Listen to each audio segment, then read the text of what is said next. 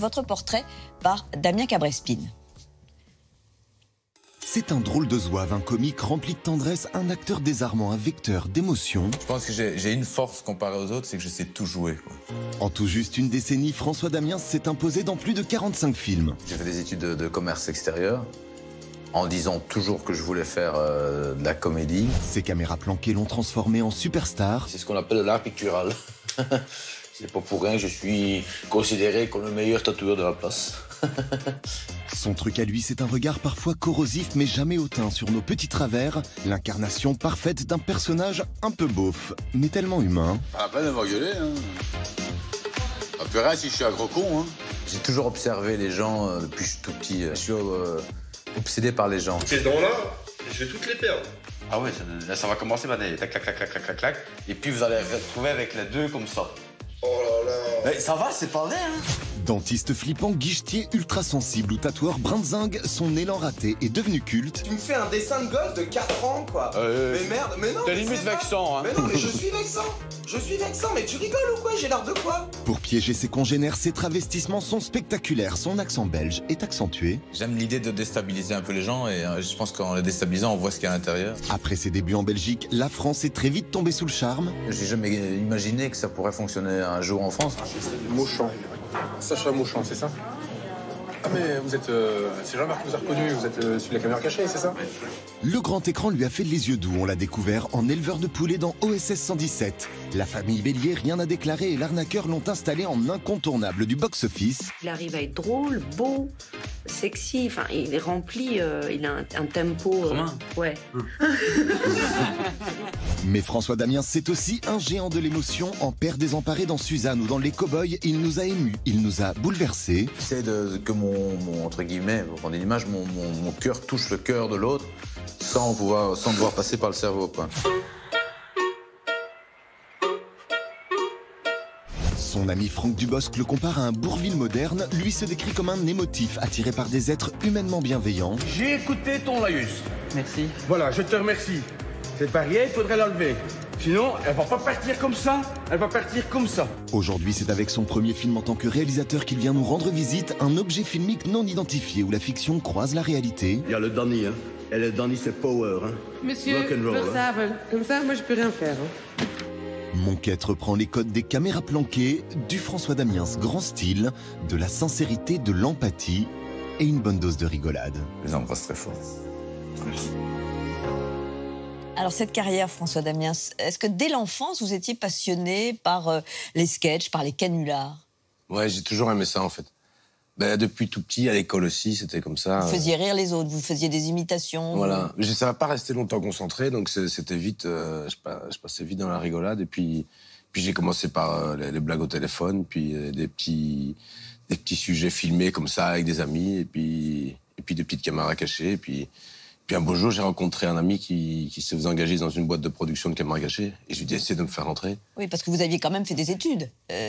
Moi, j'ai fait des études de commerce extérieur. Parce qu'on m'a refusé l'entrée au conservatoire à Bruxelles. Donc je me suis dit, bon, je vais aller faire des études de commerce extérieur. Mais vous aviez dans l'idée tout de même de devenir comédien ou en tout cas de faire quelque chose comme ça. Mais je me suis dit, si je mets 10 ans à percer ou à ne pas percer, je vais me retrouver à une trentaine d'années avec rien, aucun bagage. Et ça va être difficile de démarrer. Et je me suis dit, c'est pas grave de faire des études de commerce extérieur pendant 3 ou 4 ans, avec un stage en Australie de 6 mois.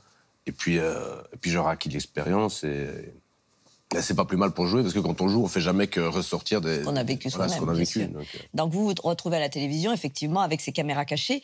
Et puis, il y a les premiers rôles au cinéma, avec d'abord, bien sûr, Michel Hazanavicius, qui vous donne ce rôle dans OSS 117. Ce sont des rencontres qui font que vous devenez comédien. C'est du hasard, ouais. En fait, j'avais piégé Eric et Ramsey dans une caméra cachée. Enfin, c'est même plutôt eux qui m'avaient piégé, parce que j'ai pas pu en placer une. Et puis, quand ils sont revenus présenter leur spectacle, c'était Michel Hazanavicius qui le mettait en scène à Bruxelles. Ils m'ont appelé pour aller boire un verre. Et puis, on a bu un verre qui s'est éternisé. Et on n'a même pas parlé de... Je savais même pas qu'il était réalisateur, Michel. Puis il m'a rappelé 2 jours après, il me dit, tiens, je fais un film au C117, tu veux jouer dedans? Je dis, oui, si tu veux. Et puis voilà, c'est pratique. Et puis après, il y a évidemment des comédies à succès, on en a parlé, L'arnaqueur, La famille Bélier, et puis aussi des drames et des films d'ailleurs magnifiques, notamment Suzanne de Catel Quillet-Verret, Les Cowboys aussi, on en a parlé. Est-ce que, au fond, le fait que vous embrassiez tous ces registres a fait que vous avez j'allais dire, conquis vos galons de comédien et que c'était important pour vous de balayer cette palette assez large? Ouais, mais moi, c'est vrai que ça m'attirait, quoi. J'avais envie de aussi... Parce que quand on rigole souvent pour pas pleurer, quoi. Et donc, quand on rigole, c'est qu'on peut pleurer aussi. Et j'avais justement envie d'aller montrer cette partie-là. Enfin, qu'on me propose de me mettre dans des histoires qui me permettaient d'extérioriser ça, quoi. Et de toucher le cœur. La première ouais, c'est ça. Et la première qui m'a permis de le faire, c'est Axel Roper dans La famille Wahlberg, quoi. Voilà, un rôle... Enfin, c'était la première fois qu'on me faisait confiance à ce niveau-là, quoi. Et là, vous avez senti qu'il y avait quelque chose qui se passait et que vous touchiez ce cœur, justement, du public. En tout cas, j'ai pris du plaisir à le faire. Et puis... Mais il faut être en confiance pour faire ce genre de choses, quoi. Enfin, de toute façon, c'est la première personne à qui il faut faire confiance, c'est au réalisateur. Il n'y a rien de pire que dirigé par quelqu'un en qui vous n'avez pas confiance, quoi. Bien sûr. Et après, ils viennent vous chercher. Alors là, vous réalisez votre premier long-métrage qui s'appelle Mon Quête. Donc, on précise que c'est en argot bruxellois, mon fils. Voilà. Simplement. C'est un mot que vous avez... Mon gamin. Vous l'avez utilisé, vous, dans votre vie, ou on l'a utilisé avec vous, pour vous? Non, pas trop. Non, c'est plutôt... c'est assez populaire, c'est assez... je pense que mon quête pour un père, c'est... J'imagine un père qui a un peu échoué dans sa vie et qui se projette sur son fils et qui essaie de réussir là où j'ai raté, quoi. Donc c'est une espèce de projection qui déjà traduit déjà une forme de déséquilibre, j'ai l'impression. Ah oui. C'est un peu déjà le fils qui est le père de l'enfant, quoi. Et c'est un peu le cas dans ce film. Ouais. Donc, encore une fois, tourné en caméra cachée, sous forme de sketch, en Belgique. Vous incarnez donc Danny Versavel, qui lui est un détenu qui va s'échapper pour retrouver justement ce gamin, son fils. On va regarder un extrait du film. Vous êtes avocate? Je suis avocate, oui. Et si j'ai besoin de votre signature? What's about? Ça parle de quoi? Votre fils. On veut pas qu'il fasse la même chose, hein? Comment la même chose? On va fonctionner en binôme. On va monter une entreprise. Quand tu commences à courir, t'as du mal. Quand tu commences à fumer, ça fait mal. Vous lui apprenez à fumer? C'est un projet que... Ça, on a un projet commun. C'est la première fois que je vois ça de ma vie. C'est un peu bizarre. Ils m'ont tout enfoncé, quoi. Qu'est-ce qu'ils vous ont enfoncé? D'accord, ok. Là, on devient un peu borderline, hein. Il va être fier de son père. C'est un footballeur pour ton anniversaire. Chouette, non? Oui, ça va. Papa qui l'a payé pour venir. 5 000 €. Happy birthday, dear Sullivan. Steven. Sullivan. Sylvain. Ok. Ah, mais vous êtes malade. Découragez pas, hein, madame. Vous êtes complètement malade, mais je ne sais pas qu'est-ce que vous avez comme grain dans la tête. Vous êtes débile. Tu m'emmerdes! C'est bien. Tu m'emmerdes! C'est moi. Arrête! Tu m'emmerdes! Alors, François Damien, ces caméras cachées, elles vous manquaient? Oui, elles m'ont toujours manqué. En fait, on me dit que c'est un retour aux sources, mais c'est pas vraiment un retour aux sources parce que j'ai jamais arrêté d'en faire déjà.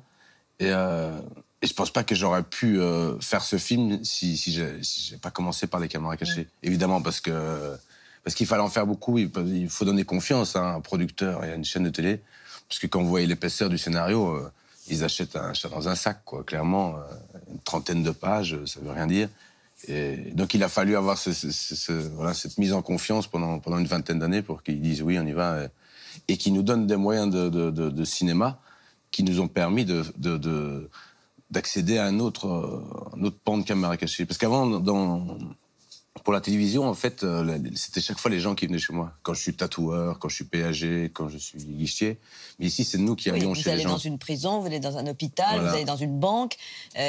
Vous avez expliqué tout à l'heure qu'il y avait effectivement un long maquillage pour vous, parce qu'il faut disparaître, puisqu'on vous connaît très bien maintenant. Vous tournez en Belgique, encore une fois. Il faut aussi, j'imagine, que ces caméras aient beaucoup évolué par rapport à vos premières caméras cachées. Ouais. C'est-à-dire qu'on s'est donné le temps et les moyens aussi. Il y a des caméras cachées qui ont mis 6 mois à être montées, quoi. Tourner dans une prison, il fallait avoir la confiance de la directrice de la prison, qui m'a d'ailleurs dit non, tu peux tourner des petites scènes de déambulation, ce qu'on a fait, mais ça s'arrêtera là. Et puis un an après, je suis retourné la voir, je lui dis j'aimerais bien vraiment. Elle me dit je te vois venir. Et je lui dis fais une petite caméra cachée. Et puis elle me dit non, c'est vraiment pas l'endroit pour faire ça ici. Ça s'est fait. Voilà. Tout simplement parce qu'elle me dit, voilà, on ne filme pas l'insu des gens. Mais j'ai mis à 400 caméras, qu'est-ce que ça peut vous faire si on en met 7 en plus, quoi. Ouais. Elle m'a dit, allez. Alors, il faut préciser qu'il y a des acteurs amateurs, notamment votre fils dans ce film, et puis bien sûr, tous ces inconnus que vous croisez. Il n'y a pas eu de difficulté, vous n'avez pas été ou agressé, ou finalement les gens vous ont découvert pendant le tournage ou, Non, non, on a piégé 25 personnes. Ouais. Mais une fois de plus, il n'y avait pas d'agression, puisque c'était moi qui allais chez eux, c'était moi qui étais en demande. C'était pas une prise d'otage, entre guillemets. Et donc, moi, ce qui m'a le plus saisi, entre guillemets, et impressionné quand je vois le film, c'est l'humanité, la tendresse et la gentillesse des gens. Il y a une dame qui met une demi-heure pour m'expliquer que ça ne marchera pas entre nous, quoi.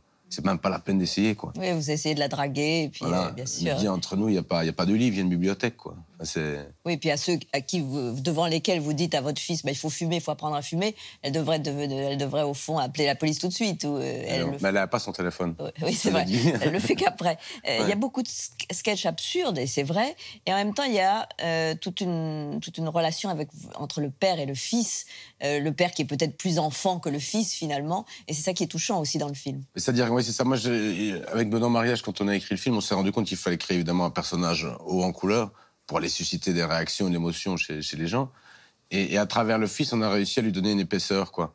Parce que ce type, qui finalement se fait aider par tout le monde parce qu'il est en cavale, finalement, on l'aide parce qu'on se rend compte que il veut retrouver son fils et c'est pour ça qu'il est en cavale, quoi. Il n'est pas en cavale pour aller rechercher 10 kilos de drogue en Hollande, quoi. Oui, c'est cette humanité-là qui est touchante.